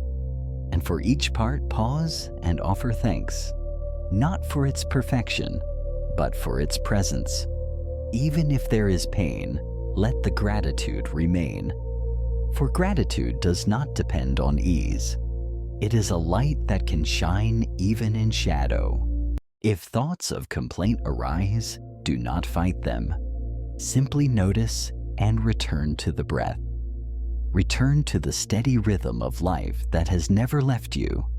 Let go of the urge to judge or compare, and rest in the simple truth that this body, though imperfect, is a home for the spirit, a vessel that has carried you through countless days. Honor it with the tenderness it deserves. Remain in this meditation for as long as the heart feels called. Then open your eyes slowly and bring the sense of gratitude with you. Carry it into the next breath, the next step, the next word. For meditation is not a place we visit and leave. It is a way of living. And when gratitude becomes the ground beneath every step, life itself becomes a meditation, quiet, deep, and filled with grace. As the merchant discovered, gratitude does not erase hardship, but it changes the way we walk through it. It shifts the weight upon our shoulders and lightens the path beneath our feet. It teaches us to see that even in the presence of pain, there is beauty. Even in the midst of change, there is something to cherish. And in this seeing, we are healed, not by the absence of suffering, but by the presence of appreciation. Take a moment now to reflect on your own life, on the body that has carried you, the breath that has sustained you, the countless quiet gifts that have held you even when you forgot to notice. Let gratitude touch each of these like sunlight on water, and feel how the heart softens when it remembers. Feel how the mind grows still when it stops running toward what is missing and bows to what is here. Make gratitude a living practice, not a distant thought, but a daily act. When you wake, let your first breath be a thank you. When you eat, let your first taste be a thank you. When you walk, let your first step be a thank you. These are small offerings, yet they hold the power to transform the whole of life. For where gratitude flows, complaint cannot take root. And where complaint cannot grow, suffering begins to fade. Now I invite you to share your own reflections, to tell the story of what gratitude has opened in your life. For when we speak of gratitude, we give it shape and strength. And when we share it, we multiply its light. If these words have touched you, let them ripple outward. Let them become a reminder that peace is not far away. It is as near as the next breath and as simple as a single word of thanks. Feeling grateful? Subscribe to Zen Buddhism for more paths of stillness, for more ways to live awake and whole. And let this journey continue not only here, but in the quiet corners of your own life. For every moment holds the chance to bow, to breathe, to be thankful. And in that bow, we find the healing we have sought all along. Chapter 8. Living in Harmony with the Body. The Hurried Teacher. There once was a teacher who lived his days in constant motion. His mornings began before the sun could rise. He rushed through his breakfast with half-closed eyes and a mind already tangled in the duties of the day. His meals were not taken with care, but with haste, eaten quickly while reading papers or answering questions from students. His nights were stretched far beyond their natural close, and the hours that were meant for sleep were consumed by grading, planning, and meeting deadlines. In this hurried stream, he moved as though his body was an afterthought, a vessel forced to carry the weight of his ambitions without pause. The setting of his life was a world filled with urgent messages, last-minute requests, and endless to-do lists. He walked quickly from one task to another and prided himself on efficiency. He thought that to sacrifice rest was to gain more time. He believed that rushing through meals was a sign of discipline. He imagined that the body could always be pushed aside for the sake of work. Yet slowly his breath became heavy and shallow. His chest tightened without warning. His eyes lost their brightness, and his hands trembled when the nights grew long. The challenge was not visible to others at first, for outside he seemed successful.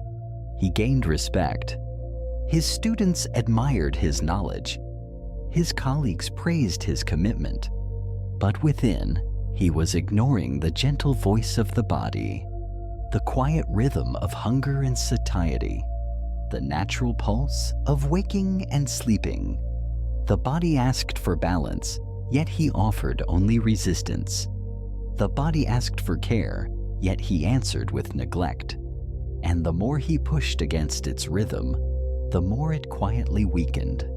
In his haste, he did not realize that he was building a house on fragile ground. Each day without rest was another crack in the foundation. Each hurried meal was another layer of imbalance. The body which once carried him lightly began to respond with fatigue. The mind which once moved with clarity became clouded, and the spirit which once felt alive grew heavy. It was the story of a man who lived out of sync with the simple truth that the body has its own wisdom, a story that many of us carry silently when we forget to listen.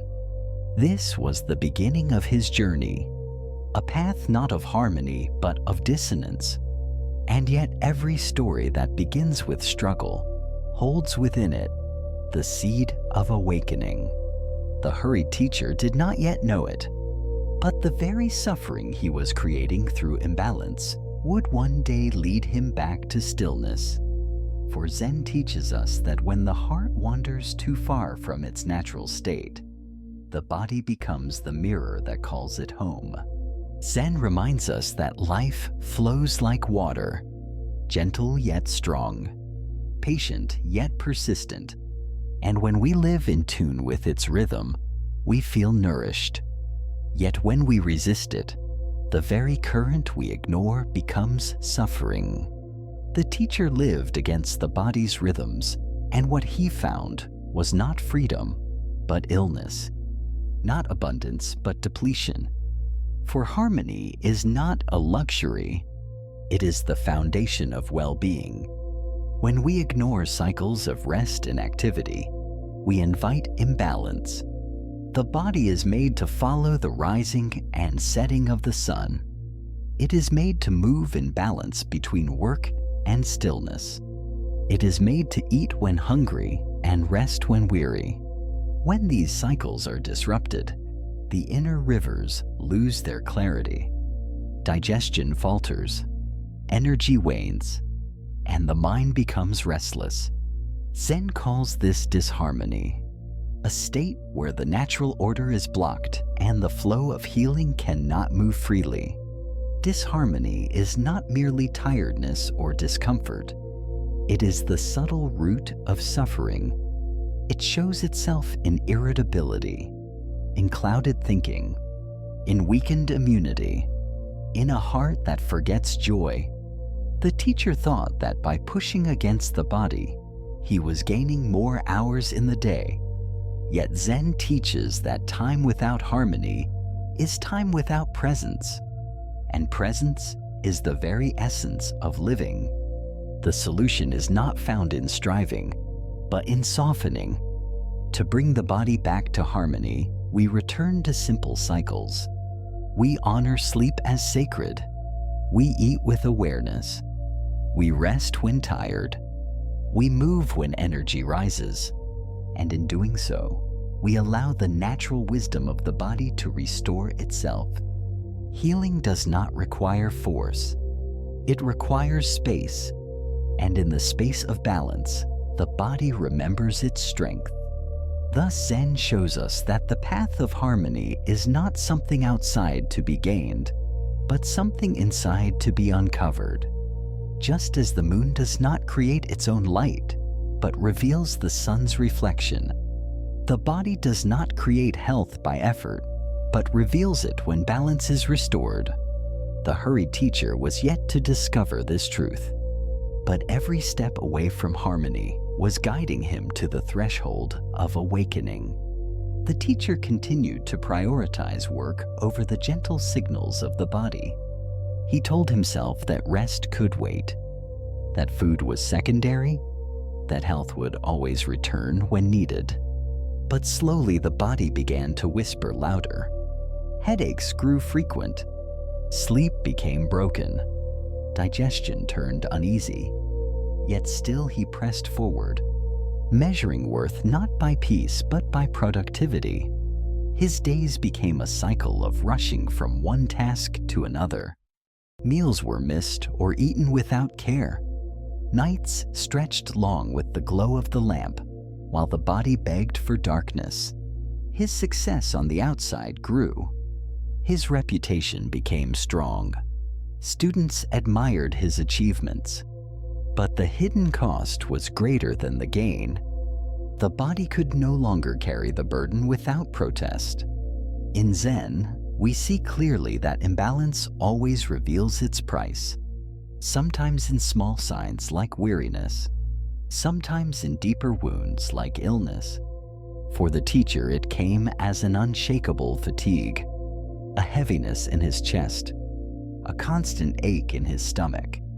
The joy of teaching dimmed, the clarity of thought dulled, and even the smallest task felt heavy.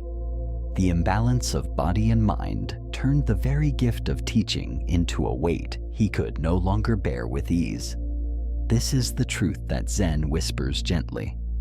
When we sacrifice harmony for speed, we gain only the illusion of progress. The hurried teacher had chased success, yet found sickness.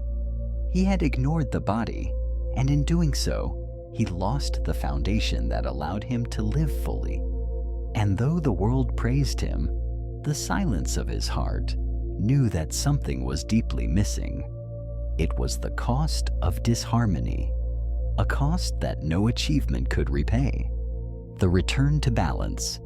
At last, the teacher reached a moment when the body could no longer be ignored. His breath grew short. His strength weakened. His heart felt heavy. And in that still moment, he realized that no task, no achievement, no praise was worth the cost of life itself. And so he made a gentle vow to listen, to honor, to return. He began slowly, at first with small steps. He set aside time to sleep before midnight. He ate his meals with presence instead of haste. He sat quietly in the morning and allowed the breath to guide him. He no longer forced his body to move against its rhythm, but allowed it to flow in harmony, like a river returning to its course after being blocked by stones. With each passing day, he noticed changes. His energy returned little by little. His digestion softened. His mind grew clearer. The joy of teaching resurfaced not as a burden, but as a gift.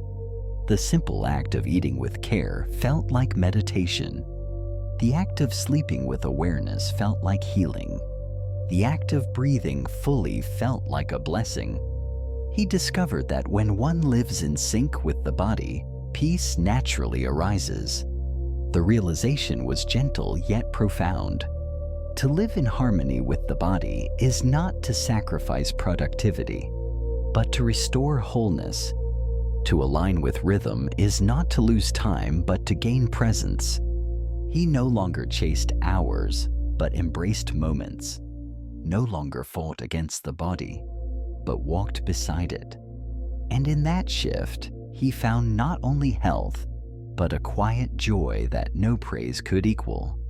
The hurried teacher was no longer hurried. He was simply a teacher, and more deeply, he was simply a human being who had remembered the art of listening. And in remembering, he had found peace. For Zen reminds us that true healing begins not when we control, but when we surrender to the natural wisdom that is already within. Zen teaches us that harmony is the practice of mindfulness, lived through the body. When we walk with awareness of each step, when we breathe with awareness of each breath, when we eat with awareness of each bite, we bring mind and body into one. This is balance. This is healing. And in this union, the natural strength of life awakens. Disharmony disrupts the body's healing. It is like a string pulled too tight that loses its music. The body, when neglected, cannot repair itself. The mind, when restless, cannot find clarity. The spirit, when disconnected, cannot feel peace. Yet when we return to balance, the music of life begins again. The body recovers. The mind clears. The spirit rests. Living in rhythm is a lesson Zen offers each day. The rising of the sun calls us to wake. The setting of the sun calls us to rest. The hunger within calls us to nourish. The fatigue within calls us to pause. To resist these calls is to create suffering. To honor them is to return to wholeness. Harmony is not abstract. It is as close as the breath we take with presence. Thus, harmony becomes not only a practice, but a way of being. Each moment offers us a choice: to live in haste or to live in balance, to ignore or to listen. The hurried teacher found that when he chose harmony over chaos, he found life itself. His healing was not the result of medicine alone, but of remembering that the body is not a servant of ambition, but a companion of the soul. And when we honor it, we walk in Zen. To live in harmony with the body, we begin with simple practices. We observe the rhythms of our days. We notice when hunger arises and eat with presence. We notice when fatigue comes and rest without guilt. We set a consistent time for sleep, allowing the body to settle with the cycle of night and day. We rise with awareness and move gently into the morning. These are not grand actions, but steady ones, and their power lies in consistency. The practice continues in mindful eating, to pause before each meal, to breathe, to taste slowly, to chew fully, to recognize food as nourishment, not as fuel for speed. The body responds to such care with gratitude. Digestion softens. Energy becomes steady. The mind becomes calmer. And even the act of eating becomes a form of meditation. Yet we will face obstacles. The world often tells us to rush, to sacrifice sleep for success, to skip meals for work, to ignore fatigue for ambition. But Zen teaches us to gently resist these pressures, to remember that no external achievement can replace internal well-being. When society moves fast, we may choose to move slow. When others chase deadlines, we may choose to honor rhythms. In this way, we live not against the world, but with integrity to ourselves. This practice is not about perfection. Some days will fall out of rhythm. Yet even then, we do not scold ourselves. We simply notice. We return. We begin again. Harmony is always here, waiting in the breath, waiting in the stillness, waiting in the natural wisdom of the body. And when we live this way, each day becomes a meditation. Each moment becomes a step in Zen. The story of the hurried teacher shows us a simple truth. When we live against the rhythms of the body, we create suffering. When we return to harmony, we create healing.